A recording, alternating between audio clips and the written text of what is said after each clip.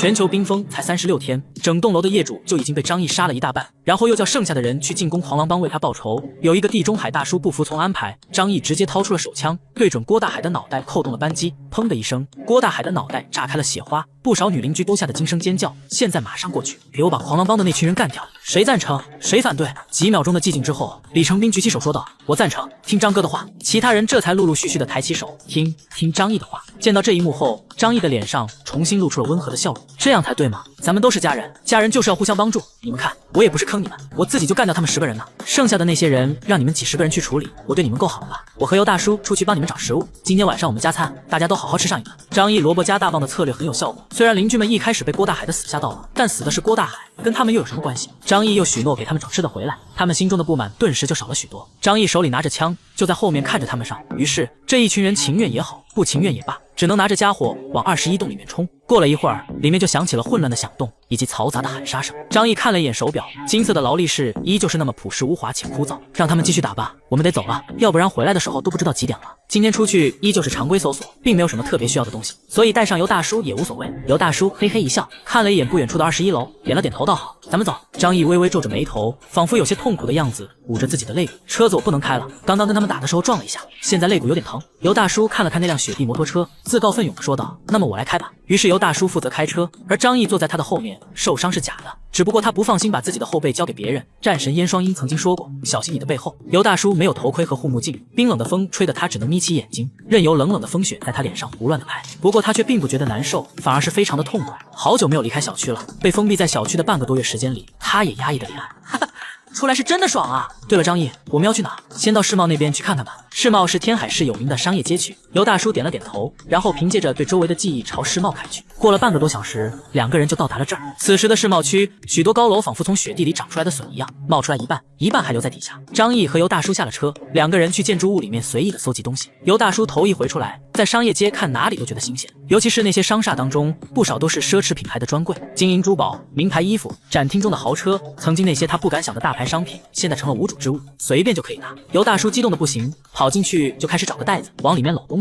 张毅看了一眼，赫然发现他找的主要是衣服，尤其是婴幼儿的衣服，他不禁有些无语。该说尤大叔善良吧，还是该说他舔狗呢？张毅百无聊赖，走过去对他说道：“尤大叔，这附近我瞧过了，没有食物，看样子咱们来错地方了呀。”尤大叔闻言笑道：“的确是，不过家里面食物还不太缺，反而是小孩长得快，没有衣服穿。”张毅无奈的一笑：“你现在和谢大姐的关系看起来挺不错的，你要是喜欢这个，回头我给你介绍几个胸大屁股大的女人，让他们好好服侍你如何？”尤大叔背对着张毅，可张毅明显感觉到他的身体晃动了一下，这不太好吧？你知道的，我也不太是那种人啊。张毅抬起下巴，露出一个我懂你意思的眼神。他可是知道尤大叔之前每个月都会去几趟玉湖街，找双峰理发店的女技师帮他解决一些麻烦。尤大叔是个耿直的人没错，但是不代表他不喜欢女人。真要是那样，他也不会被谢丽梅那么轻易的给拿下。放心好了，都是哥们，这种事情以后包在我身上。张毅搂着他的肩膀，一脸坏笑的说道：“哎呀，你看看你，又说那话，我是个正经人。”尤大叔舔了舔嘴唇，嘴上这么说，但是脸上却都是压抑不住的笑容啊！对，张毅的心里面有了判断，尤大叔对谢丽梅有感情，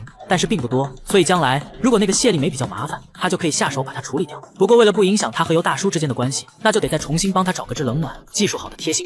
张毅正打算帮尤大叔找一个技术好的贴心女人，尤大叔却脸色凝重地说道：“黄天放已经被你给打怕了，他联系到我想要跟你求和。另外，他还透露给我一件事情，那就是其他单元楼已经有人在组织起联盟，要一起向你施加压力。有人邀请了他，他可以不加入那些人，但是需要你提供食物和防寒物资。现在果然是人人都想搞我啊！如果不是考虑弹药，只要给他足够长的时间，他甚至可以将整个小区都给灭掉。当然，这个时间线或许就会拉得比较长了。不过黄天放这个狗东西，我是一定要干掉他的。一个是他的天河帮，还有一个狂狼帮的那群人，一个我都不会放过。”张毅的声音很平淡，像是在说一件无足轻重的小事，但是话语当中却透露出了森然的杀意。是他们先动手发动了对张毅的攻击，所以张毅一定得让他们死。为了在末世好好活着，他不允许任何会威胁自己安全的人存在。尤大叔说道：“他们的确是该死，滥杀了太多无辜的人，而且还主动袭击你。可是跟他们打的话，你现在手中的武器够用吗？”张毅自从掏空了警局的武器库之后，获得了一大批的武器弹药，但是具体多少，尤大叔却不清楚。他只知道那天张毅回来的时候身上挺干净的，没见到太多东西。他还以为张毅经过这几天的战斗，已经把子弹消耗的差不多了。张毅眸中闪过一抹金芒，随后无奈的长长叹了一口气。这方面的确是有些困难，我手里的子弹不多，但是只要不是大规模的战斗，应该可以应付的。尤大叔挠了挠头，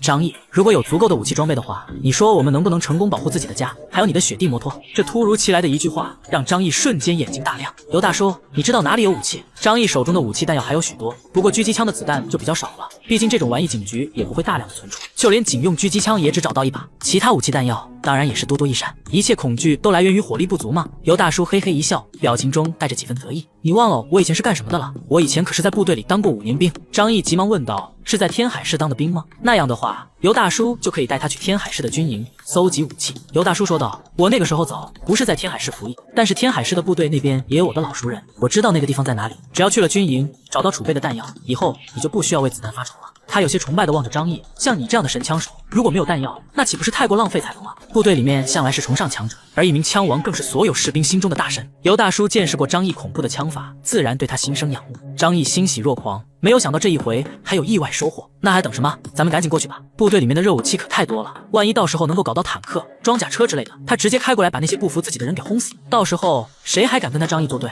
尤大叔，你可真是个宝贝啊！张毅的眼睛都放光。尤大叔挠了挠头，见到张毅这么兴奋，他也是略显尴尬。你先别着急啊，我话还没说完呢。那个地方比较偏远，在城区西北了，咱们从这儿过去得有100多公里了。而且我虽然知道那里有军营，可你也别抱太大的希望，毕竟下了那么久的雪，想找准方向不容易。就算是过去了，也可能什么都让雪埋起来了。军营的位置都是在城市边缘的地带，而天海市的驻扎部队营地都位于农村了，那里周围都是农田和荒地，被大雪掩埋之后，找准位置都困难。张毅冷静下来，认真的说道：“多花点时间，能确认位置在哪里吗？”那周围我特别熟，高层建筑没有，但是6层的门面房还是有的，仔细找找，应该可以确认方位。我就是怕军营都被雪给埋起来了，去了也没用，毕竟咱们没有办法挖掘啊。张毅的嘴角露出神秘的微笑，没关系，最起码先找到地方，万一以后想到办法了，不就可以用吗？他的脸色认真起来，伸手拍在尤大叔的肩膀上。现在咱们即将面临的敌人可能会非常多，必须要有更多的武器，才能保护好自己和家人。尤大叔用力点了点头，你说的对，那咱们过去找找吧。2个人上了摩托车，顶着寒风和大雪，朝着天海市的西北驶去。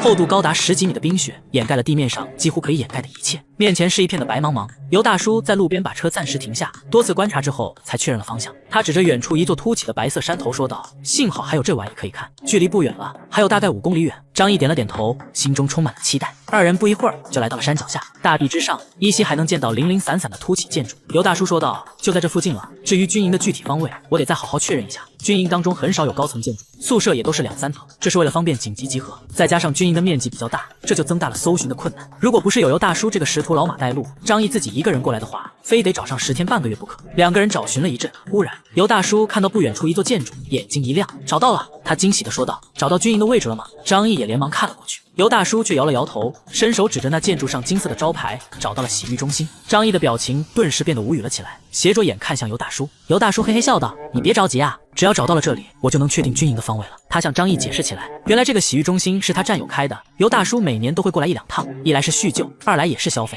内有乾坤洗浴中心，坤妙啊！张毅看着金色的招牌，不禁拍手称妙。这家洗浴中心的老板的确是个人才，但是他有些好奇地问道：“洗浴中心开在军营外面，这能有生意吗？”尤大叔笑道：“这你就不懂了吧？开在这里生意才好。部队里面的生活非常枯燥，绝大部分士兵都没有女朋友，年轻人精力旺盛，也需要发泄发泄。而且他们在部队里没有花钱的地方，每个月补给下来了，得找地方花吧。再加上他们体能好，活力猛，又不会惹事，所以特别受洗浴中心的欢迎。”尤大叔说的头头是道，讲起自己过去在部队里面的经历时，他的眼睛里分明有光芒在闪烁。张毅笑道：“那部队里面的领导就不管这种事情，当然纪律上不许了。可是领导也明白，士兵们有所需求，也就睁一只眼闭一只眼。”他指着那有乾坤的牌匾说道：“总之，只要看到这个，就知道军营的大体方位了。”尤大叔转身望向北边，站在风中仔细观望了半晌，突然指向遥远的一个方位：“在那，你看到那座瞭望塔了没有？”张毅眯起眼睛，仔细观看，才在风雪中看到了一个黑色的小点。看见了，军营的位置就在那里。张毅望了尤大叔一眼，可是军营的面积不小吧？只是确认了军营的位置，我们如何找到他们的军火库？早些年我过来看老战友，也进去院子里过，军火库的大概位置我还是记得的。只要知道了大概的位置，下次过来他就可以用挖掘机把那里挖开。2个人上了雪地摩托车，然后一路朝着那边疾驰而去。很快，尤大叔就给张毅指明了方位，差不多就在这一块。哎，可惜啊，我们来得太晚了，现在全都被雪给埋上了。尤大叔的表情有些愧疚，不好意思啊，张毅，可能让你白跑一趟了。来的时候他还心里抱有过幻想，万一这个地方没有被彻底埋住呢？可到了地方一看，才知道这个想法过于天真了。张毅仔细盯着面前的雪地看了半晌，把附近明显的标志给牢牢记在了心里，比如说哨塔和军官的办公楼，这些尚未被完全覆盖。记完这些，张毅对尤大叔笑道：“没有关系，你也是一片好心嘛，说不定哪天雪融化了，咱们不就可以过来了吗？走吧，咱们也该回去了。出来跑了半天，天也不早了，回去的路上又得2-3个小时，不能继续耽误。尤大叔应了一声，赶紧过去开车。小区内，撤，快撤！李成斌带着一大帮子邻居，急急忙忙的从21楼狂狼帮的地盘撤退了出来。这一次进攻，他们损失惨重，竟然被干掉了10几个人。果然客场作战劣势太大了，虽然他们人多，但是对方准备充分，里面还布置了许多陷阱，打起来根本不占便宜。不过他们也干掉了对面5-6个人，算是成果不错。由于天气太冷，打到后面大家都气喘吁吁，觉得继续往楼上强攻不明智，这才选择了撤退。回去的路上，李成斌掰着手指头，琢磨着张毅回来之后会给他多少奖励，心里面还有些美滋滋的。可是也有人心情非常的低落，脸上写满了不悦，真不知道这次进攻有什么意义，白白死掉了10几个人。上一回打天河帮不也是，咱们死的人比杀的还多，再这么打下去，咱们的人就全死光了，就是为了给他张毅出气吗？刚才差一点，就差一点，我的脑袋就被砍下来了。张毅让我们过去进攻，自己却带着尤大叔跑了，明明他们俩最能打，却躲在后面不肯上。这样的声音来自于邻居中几个中年大叔，人老奸马老滑，他们出力最少，但是嘴上的抱怨却是最多的。再加上这一回进攻的狂狼帮本身就是狠角色，让一些人受了伤，甚至差点死掉，所以他们忍不住抱怨起张毅来。走在前面的李成斌听到这句话，顿时皱起了眉头，大骂道：“说什么呢？嘴巴老实点，别不该说的话瞎说。要是没有张毅给咱们带来食物，咱们楼里不知道多少人饿死了，你还能在这里乱叫？”